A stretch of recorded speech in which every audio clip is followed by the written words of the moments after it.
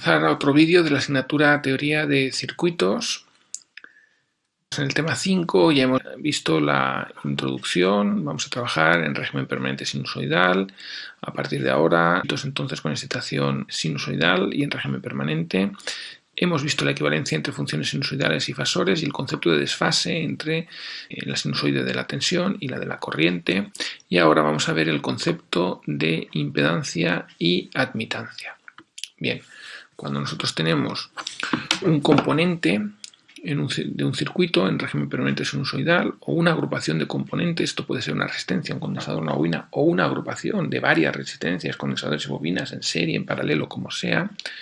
Bueno, pues este componente o agrupación de componentes en sus bornes, vamos a llamarle A a uno de los bornes y B al otro, pues de este circuito pues habrá una diferencia de potencial y vamos a trabajar con el fasor porque estamos en régimen permanente sinusoidal, es decir, un número complejo cuyo módulo es la amplitud de la sinusoide y cuya fase es fase de la sinusoide, y por aquí circulará una corriente y en lugar de trabajar con la expresión temporal, con la sinusoide, vamos a trabajar con su fasor.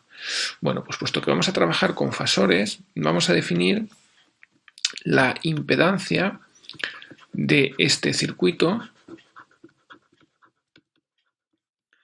La impedancia, vamos a llamarle Z, como el cociente entre el fasor de la tensión y el fasor de la corriente. Y vamos a llamarle admitancia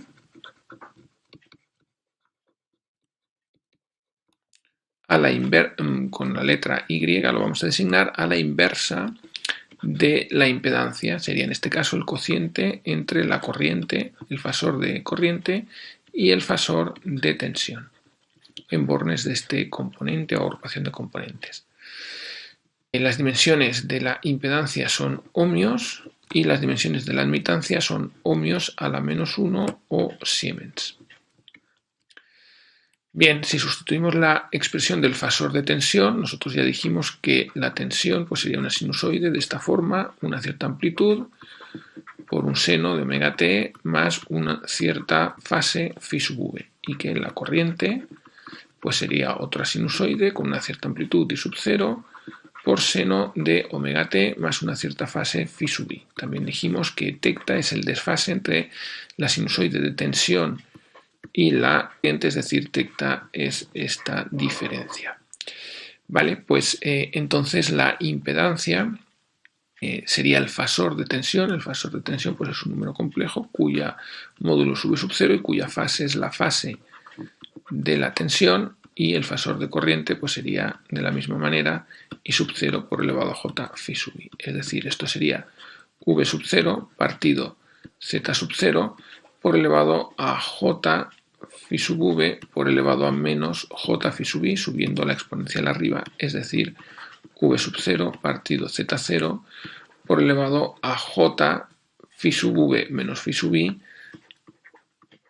uniendo las dos exponenciales, es decir, que Z, la impedancia compleja, pues será un cierto módulo Z sub 0 y una fase elevado a j tecta, porque phi sub v menos phi sub i es el desfase tecta, y esto se mide en ohmios. Bueno, pues esta es la impedancia, la admitancia es la inversa, y hay que tener en cuenta que si tecta es mayor que 0, si la fase de la impedancia es mayor que 0, querrá decir, entonces, acordémonos de la regla mnemotécnica civil,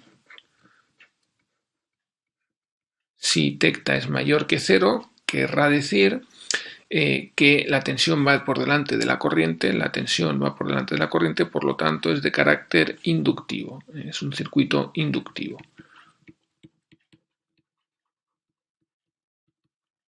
Y V antes que I.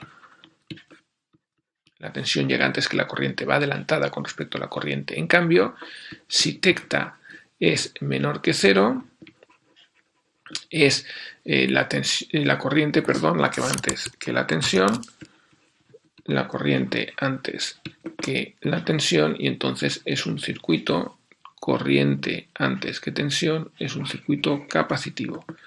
Circuito capacitivo. Bien, pues esto lo vamos a utilizar continuamente.